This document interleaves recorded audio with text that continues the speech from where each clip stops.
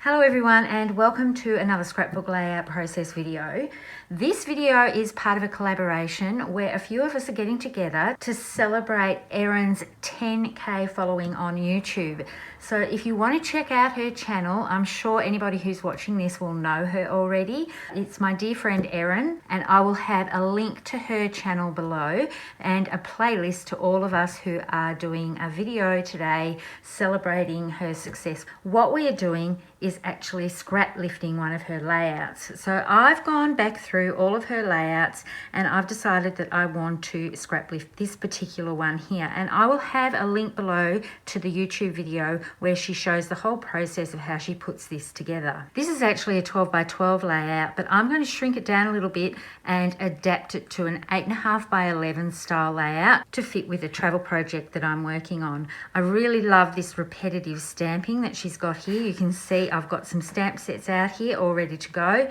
Instead of using plain paper, I thought I might use some pattern paper, and this is going to be all about going to a cafe that we love to go to for brunch. And I thought that these papers here, which are randomly selected from my stash, I'm going to try and make this one work. This is actually from a scrapbook workshop kit, and I didn't actually make this layout, and I've kept this as an Easter egg obviously, and I've kept this piece because I quite like the pattern in it. So I'm going to cut that down to be one of these rectangle pieces, and I'm going to do some stamping, and basically I'm going to follow exactly what Erin's done here, but as I said, I'm going to shrink it down to fit the layout for my scrapbook project that I'm working on. What I need to decide first up is what size alphabet I'm going to do. So I'm going to get these letters out and just put them onto my page to work out whether I need to use the smaller alphabet or if I can use this larger one.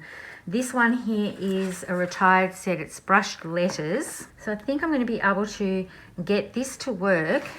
And then what I've decided to do is go into an old stamp set here. It's a stamp of the month from September 2020.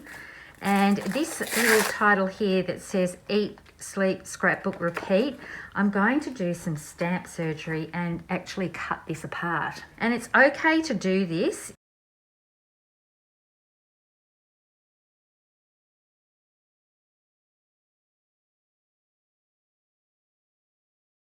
So I think what I'd like to do for the repetitive part of this title is Eat, Sleep, Repeat, Brunch. And I can put this back together again. I haven't harmed any of the letters at all. This was an easy one to cut apart. And if I want to do this title, they'll all fit back together again because I've done one clean cut across each of the words. So I'm really liking how that's working. And then what I need to do is cut these pieces down into rectangles, and I've got two 3x3 photos. You can see I've printed these so that there is a white border around, and I'm thinking that I might make these look like they're Polaroids. So I'm going to go ahead and I'm going to cut all of this up and do a little bit of manipulation to get all of this laid out ready for my repeated stamping. So I'm just working out from this rough guide that I can do about a 4-inch width on my rectangles, and I'm just going to do 4 of them down the page, which means that they can be about 2.5 inches wide because I want to leave some white space at the top and the bottom. Now I'm using my Versamats to help me line up my letters. I have 2 Versamats. You can definitely do this just with one Versamat and just have it lined up along the bottom. But this method really does help to get all the letters exactly how I want them to look. And I'm just going to check with the H because it is a different height with this crossbar here. So I'm going to do it the way the stamp was designed. So I just needed to refer back to that. And then it's simply just a case of picking them up on my block, and then it's ready to stamp. Now I'll just move everything out of the way a little bit because I want to make sure that I get this somewhat straight. So I'm hoping that my head doesn't get in the way when I'm doing this. I'll bring this down closer to myself, might be a bit easier, so I don't have my head totally in the way of the camera while I'm doing the stamping. So I can bring this up a little bit. And the trick with doing stamping sometimes is to go slowly. Give the ink some time to absorb onto the paper. and I'm really happy with how that looks. Clean my stamp off, and then I'm going to bring in the other words either side of that so that I get my spacing right. So when you're trying to do something central onto a page, always start in the middle and then work your way up and down from there. And now I can come in with the glacier ink and also the one above, and then I just need one more eat, sleep, repeat. And I think by cutting apart that stamp set that had eat, sleep, scrapbook, repeat, it makes this much more usable because you can do this with a lot of titles and different words. So I love how that looks. So I'm just going to pack all my inks away, and then I'll start putting the papers and the photos onto the layout. I'm just going to edge distress these papers a little bit, just like Erin did in her layout. I've gone ahead and I've done some stamping already, but I wanted to explain a couple of things with the stamping. With this set, the cups here are all in a row and they're on one stamp, and the thin cut cuts them out perfectly. With this one here, all the cups are individual, which gives you flexibility to use them as standalone images, but when it comes to the thin cut, it's all in one piece. So to get them all lined up for this one thin cut, you have to actually cut this first and then stamp over top. But what I wanted was also some individual ones, and rather than fussy cutting all around them, I've run this through twice and I've just done the stamping on the outside cups and then one on the inside cup, so that when it comes to doing the fussy cutting, all I have to do are these outside areas. But of course that means that I'm going to be cutting into these sections here, so they're not actually going to work if I just try and stamp all three in one go. It possibly could, but I just wanted to play it safe and have the flexibility to be able to cut around those very quickly and very easily to make three separate cup images. With this one here, with the tag, I decided to stamp over the top "Today's Good Mood brought to you by coffee," because coffee always puts me in a good mood, especially when it comes with delicious food out as well.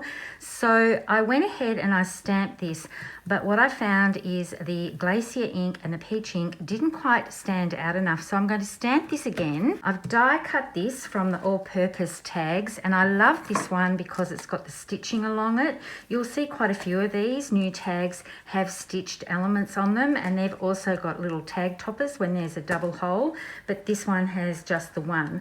So I've die cut that out. I'm going to use this old stamp here. So I went right back through my stash and found the custom tags. And the good thing about this one is it does have, I don't know if you can pick it up with the shortbread ink, but it does have tag number and a number on this side, and it fits perfectly either side of this little hole to tie the twine. So I'm just going to ink this up, and I'm going to do this again. So I can line this up using this little stitch guide here as a guide for where my stamp's going to go. And I'm going to bring in another colour to stamp the actual "Today's Good Mood is brought to you by coffee." So I'm going to use toffee for this because I think it's going to stand out a little bit better than the glacier ink. So I can just centre that on the tag.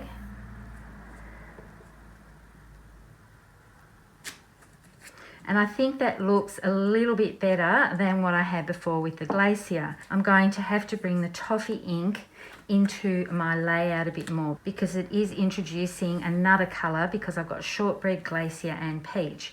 So to solve that, I'm going to do my journaling with this brown sepia coloured Le Pen. These are new to our range. And I'm also going to bring in just a few more splatters with the toffee shimmer brush. I've had this one for a while, so it doesn't have the name on there, but I really love how our shimmer brushes now have the name of the actual colour that's in it.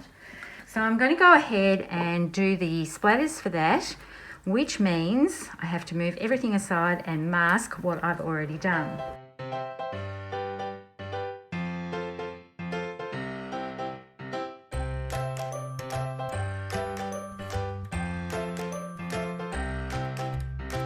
I'm just going to put Erin's layout next to me. She has her tag over on the right hand side here, and if I was doing a 12 by 12 page I would have that much more space, but what I'm finding is that's getting a little bit too close to the words, so it's bringing the attention away from these words. So I think I'm going to have it over on this side, and I'm just going to do a double check to make sure that I do want the toffee stamped sentiment there. And I think what I'm going to do is bring in this little scooter from the World Is Yours kit, because I think it goes nicely with a cafe style layout. And then I'm just going to adhere some of these with foam tape and layer them around the page. If you've been tuning in and watching the videos where I've been making these 8.5 by 11 pages for this vacation album, you'll know that I'm using the Retired The World Is Yours kit. Even though I've only got one little bit of paper from that pack on this, the scooters from there, but these papers here match these colours perfectly, and that's what I love about CTMH papers. They coordinate so well across the board with all of our colours, so that's peach and glacier, and I'm able to bring those elements into this with my stamping and also with these papers here.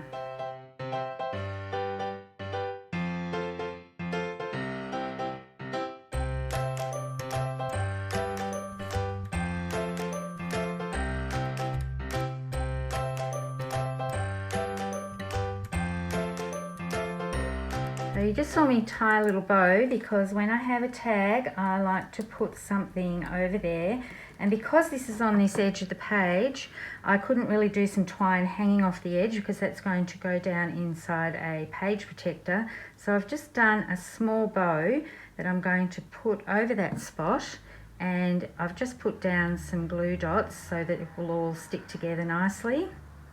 So I'm just going to fuss with this a little bit.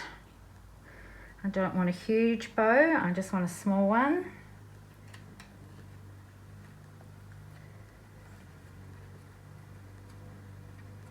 And then I can trim these little ends off now that I'm happy with what I've got. So here's my finished layout. There's a little bit of foam tape there. I hope you can pick that up just for a little bit of added dimension. The repetitive title with the smaller words in between is such a great effect. I really love scrap lifting this layout. Make sure you click on the playlist link below where you can check out everybody who is scrap lifting Erin and celebrating her big achievement of 10K followers in YouTube. And I think if I just scrap lifted Erin all the time, my projects would pretty much always be done. So thank you for your continued inspiration. I look forward to seeing your videos each and every week. I'll have some still shots up after this. Thank you so much for tuning in. Happy crafting and bye for now.